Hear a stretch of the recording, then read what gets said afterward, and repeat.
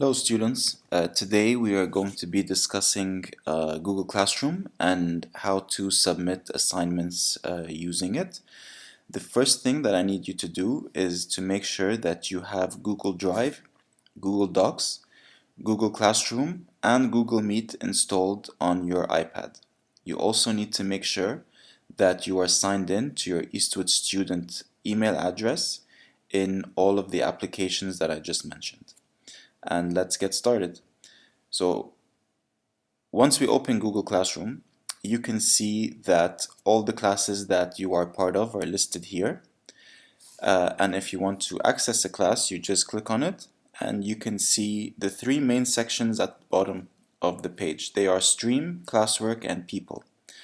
Stream is where you can find all the information that is on your class, including student and teacher comments, as you can see, and the assignments that you need to complete. If you select People at the bottom right, you can see the teachers and the students that are in your class, and the small mail icon next to their names will allow you to email them directly. But the main section of Google Classroom that we're going to be discussing today is the Classwork section. As you can see, there are 4 assignments that we need to complete. They range from questions to quizzes. You need to create documents for your teachers, and you may need to also fill in documents that your teacher has already created. So let's get started. As you can see, the first question is a question. It's not an assignment. Please describe the water cycle. So if we click on it, okay, you can see here that you have a section to type in your answer. So the answers go here. Okay, you also have the option to add the class comment, which will be viewable by all of your classmates. And you also have the option to add a private comment down here, which will only be viewable by your teachers. Once you finish answering the question, all you need to do is simply press turn in and confirm that you would like to submit this to your teachers. You can see the progress bar working, and as soon as it completes, you can see that now in gray it says that this question has been turned in. If we go back to classwork, you can see that the question that we just answered is a different color than the rest, which signifies that we have completed it. So let's move on to the next one. In some cases, your teacher will actually create a document for you to answer on. So right now we need to fill out the attached document, okay, and as you can see, if we click on the arrow at the bottom where it says your work, you can see that the document is linked there.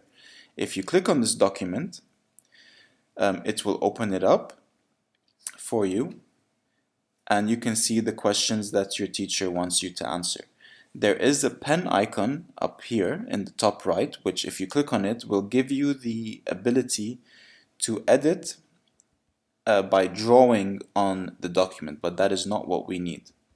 What we need to do is go back and click on the icon in the top right, which is the box with the arrow on it, and as soon as we click that, Google Docs will open, which is why I asked you to make sure that Google Docs is installed on your iPad, and we can see the questions that we need to answer.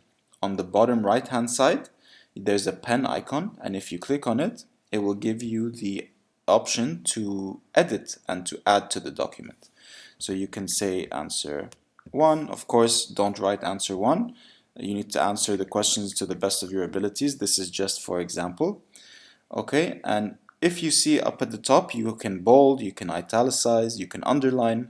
If you press the plus button in the top right corner of the screen, you can add images and tables, so you can edit this document however you would like to the best of your abilities.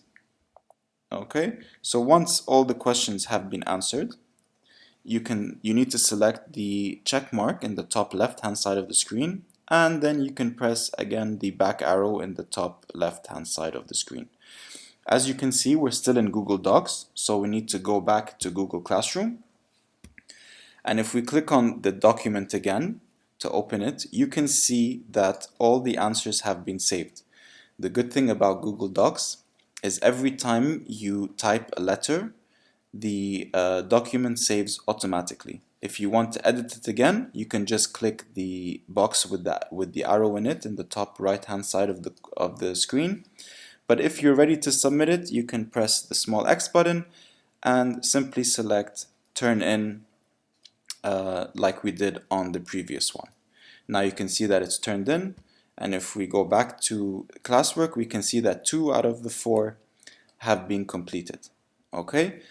Sometimes instead of giving you a document to fill out, your teachers will expect you to create a document. So how do you do that? So right now I need to write a poem about the Earth's water cycle. To do that, if you click on this the top arrow button, okay, you have the ability to add an attachment. These attachments range from taking a picture with your iPad and uploading it to your teacher. You can also create a file. You can also upload a file if you have Keynote or Pages or anything like that installed on your iPad. Or you can create a new document. To create a new document, simply select New Docs from the drop-down menu, and you will see that it will automatically create and attach the document to the assignment in Google Classroom. Again, like we did in the previous question, you just need to select the edit icon, the edit pen in the bottom right hand side of the screen, and then you have the option to edit this document. Okay.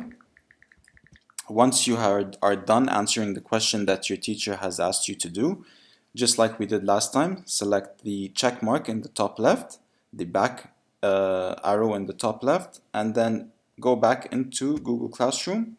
And you can see now that the document that we just created has been uploaded. In this case, it says test student, but the reason it says test student is because that is the name of the email account that I'm using. For your email accounts, you will see your name show up there. Okay, and if you want to double check or if you want to edit it, you can just click on it like we did last time, and then you will be able to see that the answer that we wrote on this document has been saved. Okay, and then simply you can just turn in your work. Now, in other cases, your teachers may create a quiz for you to complete. To do that, simply click on it and you can see that there is an attachment called Water Cycle Quiz. Okay, instead of adding an attachment here, we're going to click on this document and it will open in Safari or whatever web browser you have. You will need to sign in with your Eastwood student email address. You will see that the quiz is right here. Okay, you have the option to answer all the questions, and you will have to answer all the questions. And once you are done with all the questions in the quiz, all you need to do is press submit. Okay, and once it's submitted, you are done. After you submit the Google form, you will see that the response has been submitted. However, because the form was submitted on Safari, the color of the assignment on Google Classroom will not change to signify that you have completed the work. You do not have to worry about that, as you have received visual confirmation that the form has been filled out.